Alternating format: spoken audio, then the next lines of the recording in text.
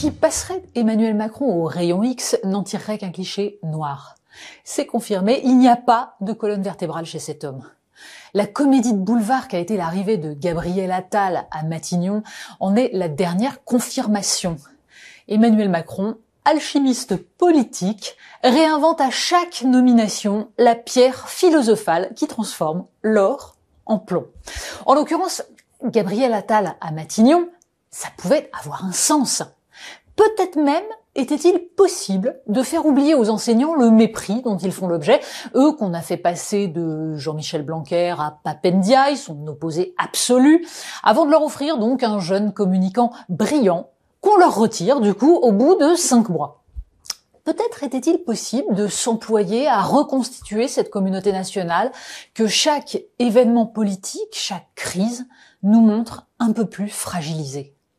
Michel Rocard, au sortir de Matignon, avait exprimé l'idée qu'il faudrait un Premier ministre qui soit en même temps ministre de l'Éducation nationale pour signifier aux Français qu'il n'y a pas d'enjeu plus important.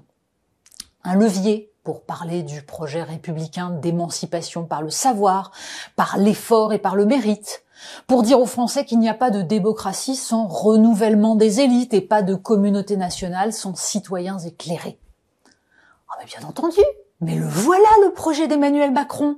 D'ailleurs, dans son adresse au nouveau Premier ministre, il a évoqué cette idée de réarmement civique. Certes, on pourrait y croire. Enfin presque.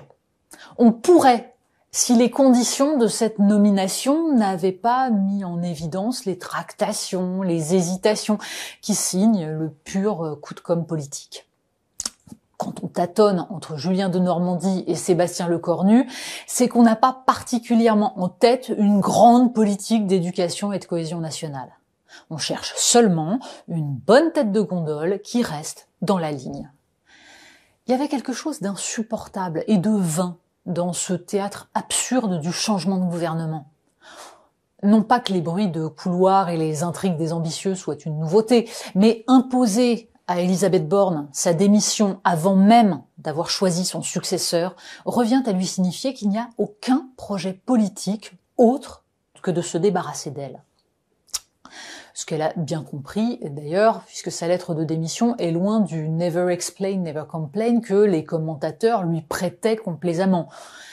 Le bon vouloir du prince, qui ne daigne même pas informer les divers ministres de leur sort, comme s'il n'y avait pas derrière des individus travaillant sur des dossiers, tentant de mettre en œuvre des politiques, aboutit à l'exact inverse de l'objectif souhaité. Non pas donner l'image du souverain tout-puissant, mais afficher l'indécision, l'absence de vision, et in fine l'abandon de la conduite de l'État à une administration qui est rendue toute puissance par la faiblesse des ministres. Il y a 18 mois déjà, la nomination d'Elisabeth Borne avait été d'emblée vidée de toute substance par le fait qu'elle était ouvertement un second choix, Catherine Vautrin ayant été retoquée par le secrétaire général de l'Élysée et véritable Premier ministre, Alexis Collère. 1 an et demi plus tard, on n'est pas plus avancé sur les projets d'Emmanuel Macron pour les 3 ans à venir. Tout au plus aura-t-on compris qu'il s'agit de faire du vieux avec un jeune. Les politiques conservatrices qui plaisent tellement aux électeurs retraités, préservation de l'ordre et surtout de leur patrimoine, seront tellement mieux portées par un jeune ambitieux, si doué en com. Qu'est-ce que ça peut bien changer pour les Français et pour la France ? La question visiblement apparaît très accessoire. Emmanuel Macron, trop occupé à se déguiser en boxeur pour jouer les coachs sportifs, n'a sans doute pas eu le temps de se demander quels étaient les grands dossiers qui mettaient en jeu l'avenir du pays. Quant à Gabriel Attal, il semble croire que, de même que pour l'éducation nationale, il suffit de découvrir les sujets et de lancer quelques expérimentations réclamées par les citoyens pour se forger un bilan. Après tout, voilà 7 ans qu'une politique du logement et un plan d'aménagement du territoire auraient pu et auraient dû être lancés. Bon, donc ça peut encore attendre un petit peu. L'urgence semble d'opposer au jeune Jordan Bardella l'image du jeune Gabriel Attal pour que les élections européennes ne soient pas le fiasco annoncé.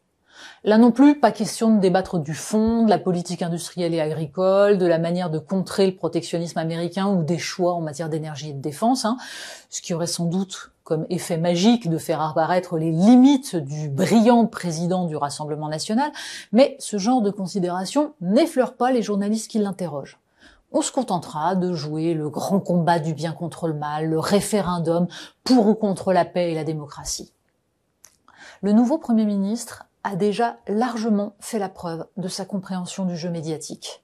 Un pur produit de ces élites bien nées pour qui Dominique Strauss-Kahn et son néolibéralisme autoproclamé de gauche ont constitué le comble du progressisme.